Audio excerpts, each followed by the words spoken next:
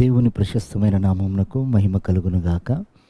వీక్షిస్తున్న మీ అందరికీ ప్రభువైన యేసు క్రీస్తు నామములో శుభాభివందనాలు తెలియచేస్తున్నాను. ఈరోజు మన దేవుని మహిమ కలిగిన మాటలు 95వ దావీదు కీర్తన 1వ వచనం. రండి, యెహోవాను గూర్చి ఉత్సాహధ్వని చేయుదము. ప్రియమైనటువంటి దేవుని సంగమా, దావీదు మహారాజు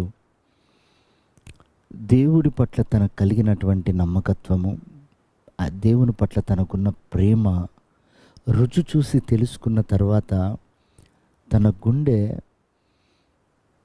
మండుతుంది ఆయనని తలంచినప్పుడల్లా అని బైబిల్లో రాసిపెట్టుంది. చూడండి, నేను అంటాడు, దేవుని గురించిన ఉత్సాహ గానము చేద్దాం రండి అని ప్రజలను కేక వేస్తున్నాడు. అంటూ ఆ కింద కొన్ని మాటలు రాశాడు. ఏంటంటే, ఎందుకు ఆయనను గురించిన ఉత్సాహదని చేయాలి, ఎందుకు ఆయనను గురించి అంతగా గణపరచాలి అంటే కింద రాస్తాడు, ఆయన మనల్ని పాలించే దేవుడై ఉన్నాడు, మన కాపరై ఉన్నాడు, మన రక్షణ కోటై ఉన్నాడు అని అక్కడ కింద బైబిల్లో రాసి పెట్టుబడి ఉంది. ప్రియమైనటువంటి దేవుని బిడ్డలారా, ఆయనను ఎంత స్తుతించి ఎంత గణపరిచినా మనం తక్కువే. ఎందుకంటే మనల్ని గురించి బైబిల్లో రాయబడ్డ మాట, కను పాప వలె ఆయన మనల్ని కాపాడుతున్నాడట, అరచేతుల్లో మనల్ని చెక్కుకొని కాపాడుతున్నాడట. ఆయన ఆకాశము నుండి ఆయన నేత్రము నిత్యము మనల్ని చూస్తుందని ఉంది. ఆయన బాహు చేత మనల్ని నడిపిస్తున్నాడని ఉంది. ఆయన దక్షిణ హస్తము చేత మనల్ని ఆదుకుంటున్నాడు ఉంది. అంత గొప్ప దేవుణ్ణి కలిగిన మనం ఎంత ఉత్సాహధ్వని చేసినా తక్కువే. మన జీవితకాలం అంతా కూడా ఆయనను గణపరిచి ఆయనను ఆరాధించి స్తుతించిన మనం రుణం తీర్చుకోలేనటువంటిది.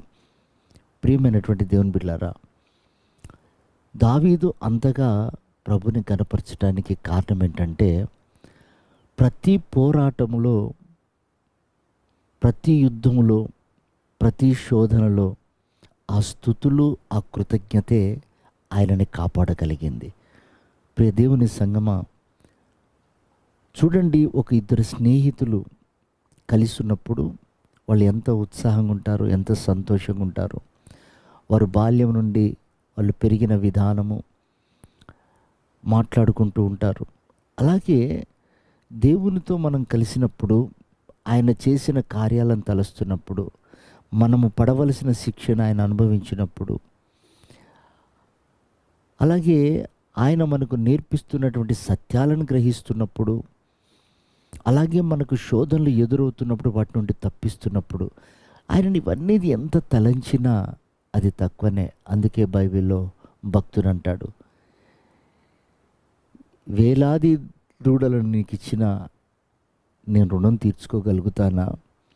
నా జ్యేష్ఠ కుమారునిచ్చిన ఆ రుణం తీరుతుందా? ఏమిచ్చి నేను రుణము తీర్చుకోను అంటాడు. కనుక ప్రియమైనటువంటి దేవుని బిడ్డలారా, ప్రభు చేసిన కార్యాలకు, ప్రభు మన పట్ల చూపుతున్న ఆ శాశ్వతమైన ప్రేమకు, ఆయనలో నమ్మకంగా ఉండి ఆ బలిపీఠం మీద ఆయన సముఖములో మనము నిత్యము ఆయన పాద సన్నిధిలో ఉండగలిగితే చాలు. ఆయన చేసిన దానికి మనం రుణం తీర్చుకున్నట్లే. కుడి ఎడమలకు తొలగిపోకుండా, ద్రోహం చేయకుండా, అపనమ్మకంగా ఉండకుండా, బ్రతుక్కాలం అంతా ఆయనకు నమ్మకంగా ఉంటే చాలు. నిశ్చయంగా మనల్ని కొనిపోటుకు ఆయన త్వరగా రానై ఉన్నాడు. కనుక ఆయన సన్నిధిలో నిందారహితులమై ఆయన మనల్ని ప్రదానం చేసుకున్నాడు నమ్మి, కనుక ఆయన స్వభావాలు ధరించుకొని ఆయన సన్నిధిలో నిలకడగా మనం ఉండి ఆయన రాకడకు సిద్ధపడదాం. ప్రభువటి కృప మనందరికీ దయచేయను గాక.